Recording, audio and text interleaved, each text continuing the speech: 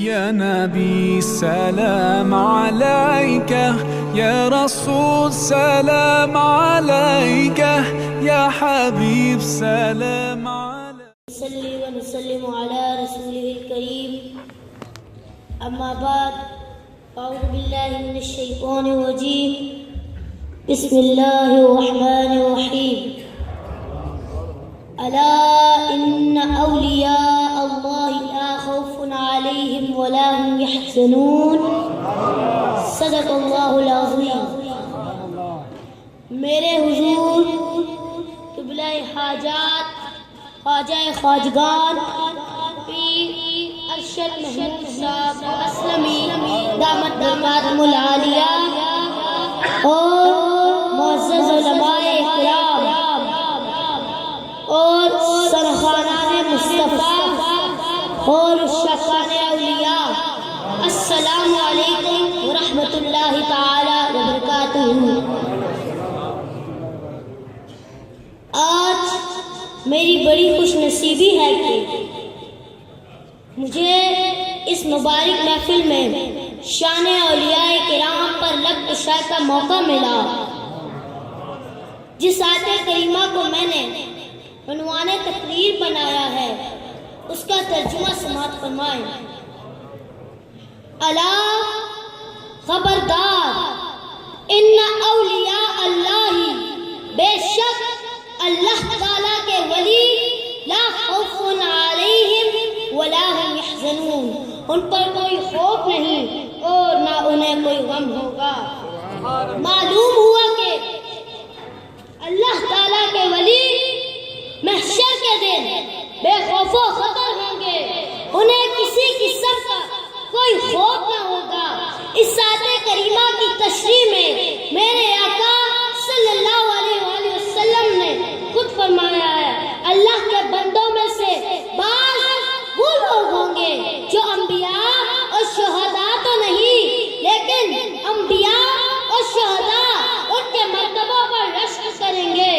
تو صحابہ نے عرض کیا، یا رسول اللہ صلی اللہ علیہ وسلم، میرے ماں باپ آپ پر قربان جائیں. یا رسول اللہ صلی اللہ علیہ وسلم، وہ کون لوگ ہوں گے؟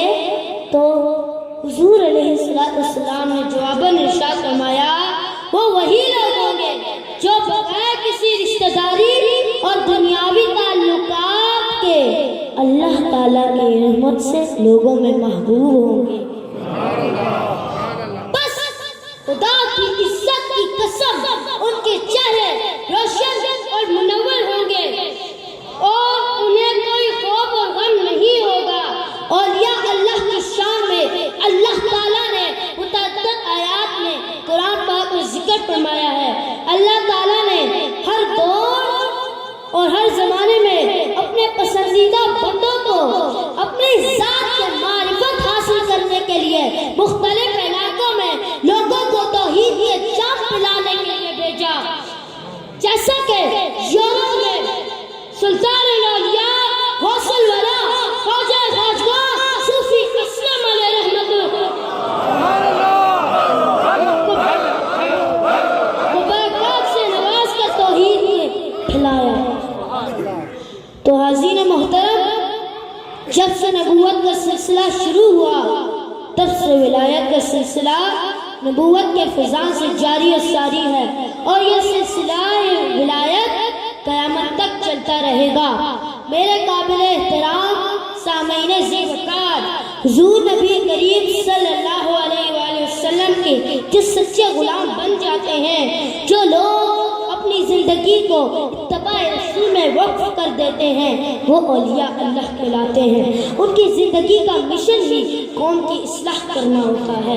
تو حاضرین محترم، اللہ کے ولی اللہ کے بندوں اللہ سے ملاتے رہے، اللہ کے ولی ذکر و اذکار کی محفل سجاتے رہے، اللہ کے ولی اللہ کے بندوں کی مشکلات حل کرنے کے لیے آتے رہے.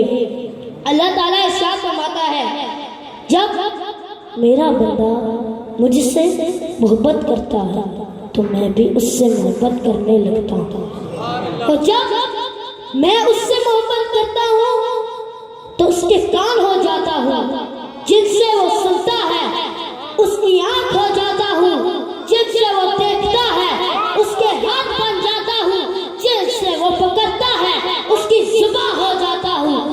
سے وہ بولتا ہے، اگر وہ مجھ سے طلب کرتا ہے تو میں اسے عطا کرتا ہوں۔ نگاہ ولی میں یہ تاثیر دیکھی، نگاہ ولی نے یہ تاثیر دیکھی، بدلتی ہزاروں کی تقدیر دیکھی، بدلتی ہزاروں کی تقدیر دیکھی۔ اللہ والے صاحب اختیار ہوتے ہیں، اللہ والے سراپا و محبت و پیار ہوتے ہیں، اللہ والے صاحب کردار ہوتے ہیں۔ حاضرین محترم، آج بھی لاکھوں لوگ ان کے مراکز سے فیضیاب ہو رہے ہیں، شب و روز ذکر و اذکار کی محفلیں سجتی ہیں، اصلاح نفس کا کام ہو رہا ہے، اللہ سے لو لگانے کے ڈھنگ سکھائے جاتے ہیں۔ سورہ توبہ ہمیں یہ خوشبو دیتی ہے، اگر ان اولیاء اللہ کی بارگاہ میں ایک کتا بھی آ جائے وہ بھی حقدار جنت ہو جاتا ہے۔ اللہ تبارک و تعالیٰ سے دعا گو ہیں کہ اپنے پیارے حبیب کے صدقے ہمیں ان اولیاء کرام کی تعلیمات پر عمل کرنے اور ان سے عقیدت رکھنے کی توفیق نصیب فرمائے۔ آمین ثم آمین وما علینا الا البلاغ۔